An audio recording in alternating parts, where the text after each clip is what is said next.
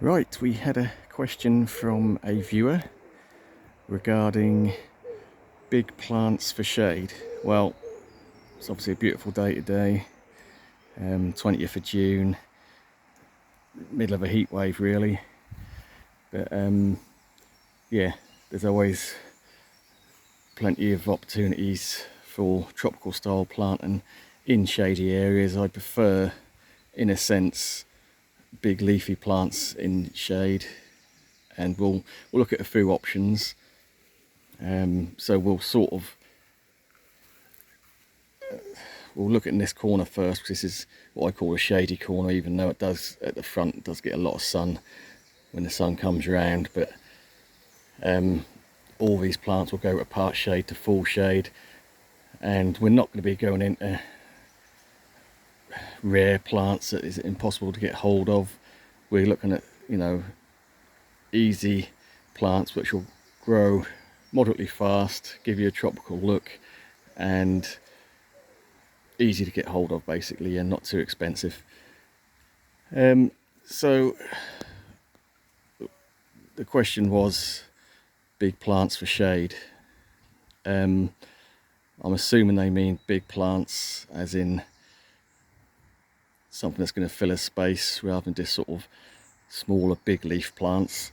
But we will start with a couple of smaller ones anyway, because a lot of the time it's nice to sort of tier like you would a border. If you've got a shady corner or a shady border, you'd have the shorter plants at the front and sort of taller plants at the back. So there's a lot of big leafed hostas nowadays, which are always a really nice option. And I'm not saying, oh, look at these are fantastic plants, because I have a problem with slugs. So always have had, always will. I don't really do anything, I just let nature take its course. But yeah, back to the point. So hostas, I mean, obviously you've got your Empress Woo, you've got your Summon Substance. There's a lot of other big varieties now, Big Daddy, T-Rex, Blue Mammoth, the list goes on. They're obviously pushing out new varieties all the time. This one happens to be Summon Substance. The leaves do get, on a good wet year, I mean, it's been very dry this year as usual where I am, but yeah, you can get 2 foot leaves on them. But yeah, so that'll fill a space pretty quick, 3-4 foot wide, similar tall with big leaves. Not necessarily what you class a big plant though. But so the next stage up might be the likes of your Petasites, things like that. I mean, there's a few different, or Butterburs as the common name is, there's a few different varieties of them. I happen to have the Parmatum here, which is the gold speckled one, just because I survived the garden. I did have the standard Japonica, the Gigantea, and the variegated form of that. The slugs really like them, so they didn't survive. But yeah, so that again, I mean, I would say the Petasites, Giganteum, the standard big Butterbur, I mean, they can get big. They'll fill out the space real quick. But again, they're going to be perennials, they're going to die down, same as your hostas. So maybe you want something a bit more permanent, and we'll always go back to the trusted, tried and tested Fatsia, Japonica, whatever variety you like. This one happens to be variegated. One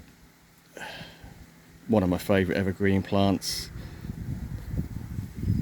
Everyone will say it. These will go part shade to full shade. They look a lot better in full shade. You'll get bigger leaves. They'll be more glossy. It'll be a better colour. The more sun they get, the more sort of bleached out they get. But yeah, I mean, you could buy these. I mean, this particular plant I bought 3 years ago as I think that's $12.99 as maybe 1.5 foot tall plant, and every year it flushes out. You get at least 1 foot, 2 foot of new growth on it. So that really is a go-to for a big plant in a shady area. If you've got a slightly bigger budget, the obvious choice would be a tree fern.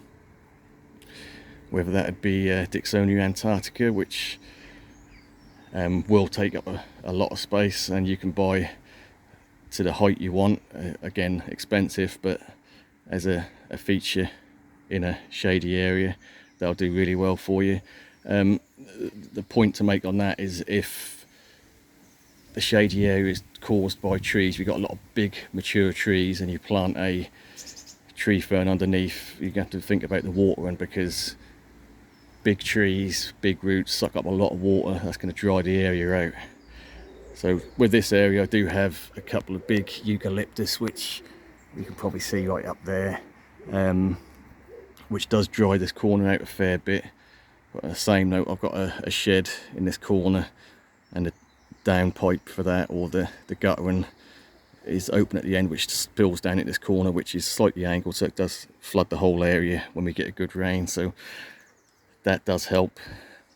So yeah, tree ferns, obviously, again, another really nice plant, which again, big budget, but you know, that will fill a big space. There are cheaper alternatives, and you can get smaller ferns like your ostrich fern, stuff like that, which still get maybe 4 or 5 foot tall, will give you lots of that will spread in time, and it will give you lots of green jungly foliage. Perhaps for an alternative, if you want a climbing big plant, I'll go with this at the back here, and it's probably not showing up well on camera because it's sort of dappled sun coming through, and there's a bit of bindweed, but we've actually got a Fat's hedera there, which is a cross between a Fatsia and an ivy. That is the sort of camouflage form, and that will push out leaves 10 inches to a foot, and that'll fill an area pretty quick, so you can train that does better as a climber, rather than a freestanding plant that gets a bit floppy. That'd be the ivy part of the genetics, which wants to climb. So yeah, that's going to fill out through areas. Again, if you're not so worried about evergreen, or you know, just more of a summer gardener, there are other tree ferns, and again, this is not going to be the best example because we had a few frond snap on this in the spring when I put this out. But this is the black tree fern, Cyathea medullaris. And that,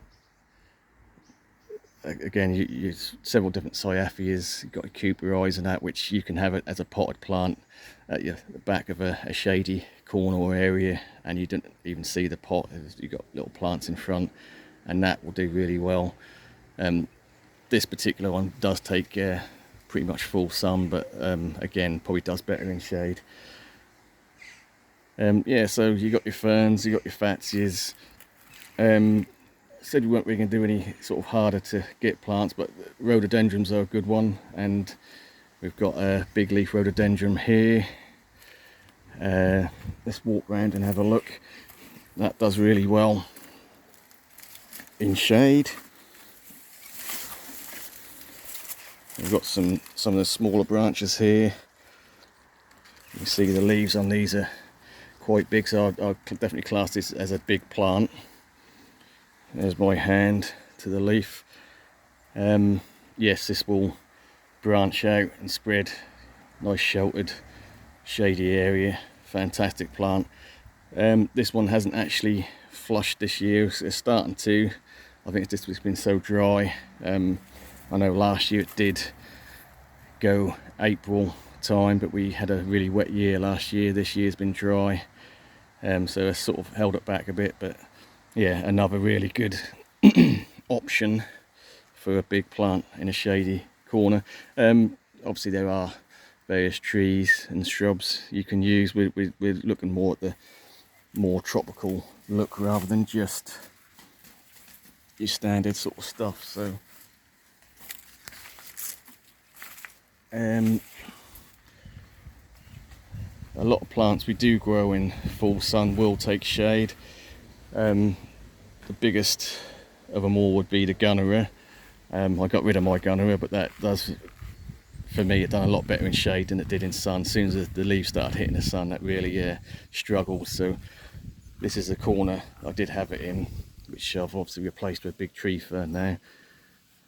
And the gunnera in this corner done really well until it got to a certain size and it hit the sun and the leaves dried out. So I do find gunnera does really well in shade. That'll take sun if you've got the moisture levels. But yeah, so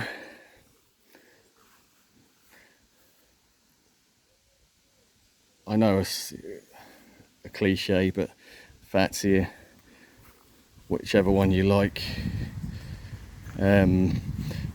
Tetrapanics will tolerate shade. In fact, you'll probably get bigger leaves. That might be a bit slower growing for you, but you'll definitely get bigger leaves. This happens to be in sun at the moment, but again, early in the morning. This will be in shade all afternoon. That does fine. Schefflera tyroniana, this again is in quite a lot of sun, but this will take pretty much full shade. It's a sort of canopy, under canopy shrub tree in this natural environment that will look really good in shade. So again, a lot of plants will, even plants we consider as full sun plants, will do okay in shade. Obviously palms, Trachycarpus fortunei. I'll go back to this corner. I've got my biggest Trachycarpus here. The leaves sort of get dappled sun, but the trunk's in full shade all day long, and that grows just as fast as one that would be in full sun, albeit the petioles on the leaves a little bit more stretched. But some people like that look. I've got no preference either way.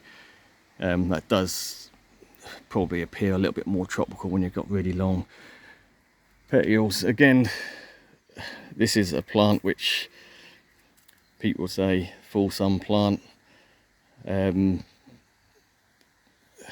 Again, the sun shifts throughout the year, so what you'd say full sun or full shade in summer may be different in winter.